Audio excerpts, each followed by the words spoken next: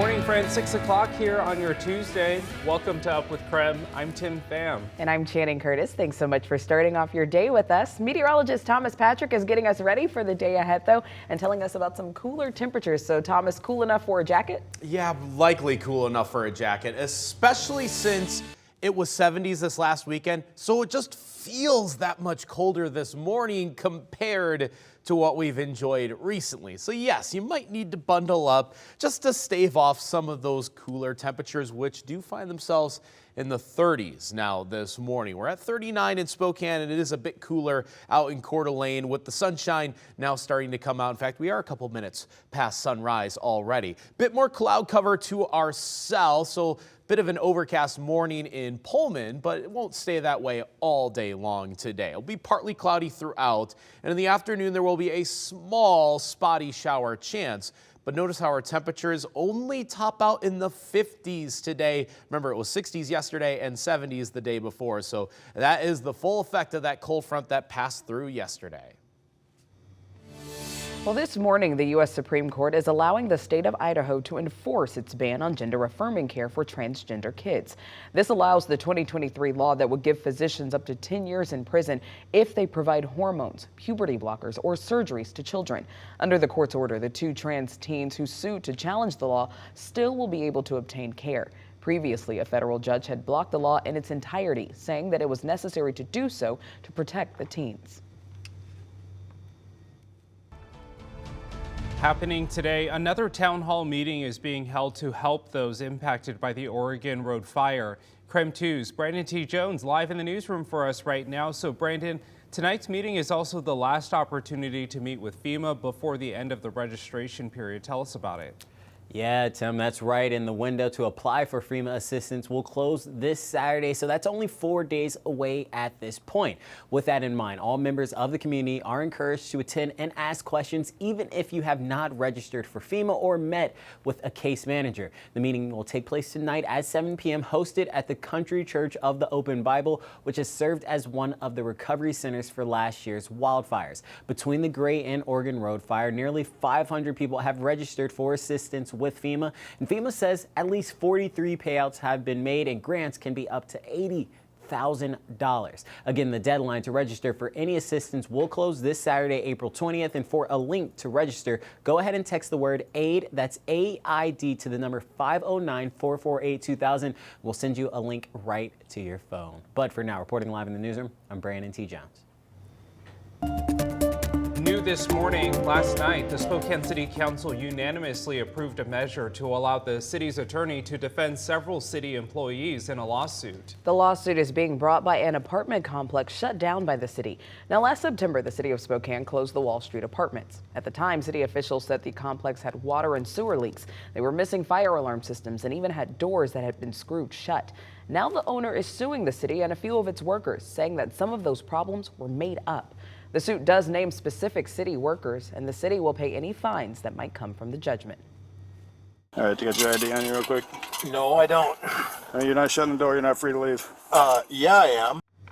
This is body camera video showing the moments that a Spokane County Sheriff's deputy allegedly beat a man to the point where he had to be hospitalized for several days. 2 months ago, the Spokane Police Department recommended that deputy be charged with assault. Now they have the investigation behind that recommendation. KREM 2's Nicole Hernandez went through those documents, and a warning, the details might be disturbing. Spokane Police gave the prosecutor's office more than 1,000 pages of their investigation. It's an investigation into what happened here in August of last year. The man in this video, Kevin Hinton, is planning on suing the county for excessive force. Clay Hilton is the Spokane County deputy you can hear in the background of this video. All right, to get your ID on you real quick. This is his body camera footage we're seeing here. One of the first things in the report, investigators tried to get the Ring camera footage from Hilton's house because he lives on the same street as the park where he hit and arrested the 62-year-old man. The report says other sergeants know Hilton does, quote, prowl checks to keep his neighborhood safe. Hilton told his co-workers he had seen a knife in the car, which you can see here in the report, and the man had tried to drive away. Also in the report, messages between Hilton and some of his co-workers from after the arrest. He says, quote, I think he may have learned a lesson, and, quote, wait for his booking photo. There's also a recap of an FBI interview with the 62-year-old man. He says he was in cuffs for 3 to 4 hours and they were, quote, horrifyingly painful, calling it torture. He also says he had 5 broken ribs, needed 6 stitches in his lip, and now has lingering headaches and memory problems. The medic who checked him out at the park had cleared him for transport to the jail, but once he got there, the jail refused to book him for his injuries. Another chunk of the report is emails from the Spokane County District Courthouse. They say the charges Hilton cited could not be entered into the system. Now, an outside expert looked over all of this and came to this conclusion. He mistakenly believed he could make an arrest, but the municipal code only allowed for a civil infraction, so any force used would be excessive. The Yakima County prosecutor is ultimately deciding whether or not Spokane County should charge Hilton with assault. They told us today in this statement here, quote, "We are in the very active process of reviewing the extensive discovery provided to our office." They also said they should know more in the next several weeks. In studio, Nicole Hernandez, KREM 2 News. The time now is 6:06. Let's take a look at your morning rush. More news in less time. New details this morning on alleged fighting involving University of Idaho football players.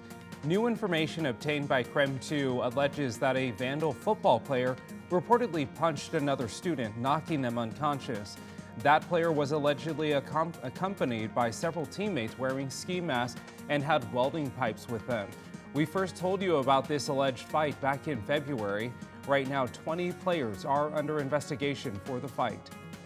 The woman suspected of stealing a car and leading police on a chase on Friday faced a judge yesterday afternoon. Court documents showed 22-year-old Deja Walter carjacked a man who was giving her a ride.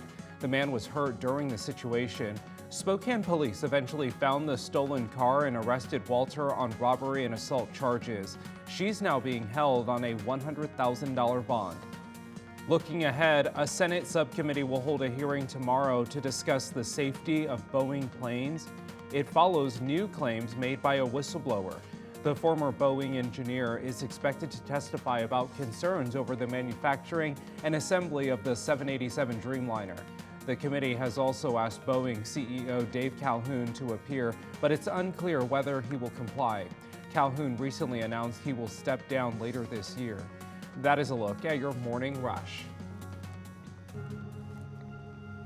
Flowers planted in memory of 4 University of Idaho students are now blooming this spring.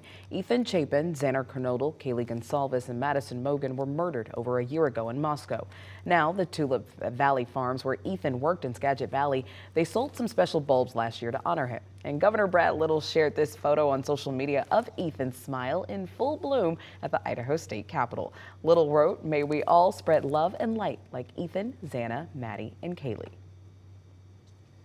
Time at 6:08, another check of our weather forecast this morning, where it is a bit colder compared to our last couple mornings. Our temperatures are down into the 30s most everywhere for the inland Northwest. Even a few spots at or even below the freezing mark. Just noted that Deer Park and Colville now got to 30 and 32 degrees respectively there. So a few spots are that cold. Bit of frost may be possible this morning. It's certainly a lot colder this morning compared to yesterday by a factor of about 10 degrees for most regions. So you might need a slightly warmer jacket to get you on your way this morning and for the rest of the week, as our temperatures will be in the low to mid 30s for morning low temperatures. Now, coming up, my full forecast will detail what our spotty shower chances look like for today and tomorrow in a bit more detail.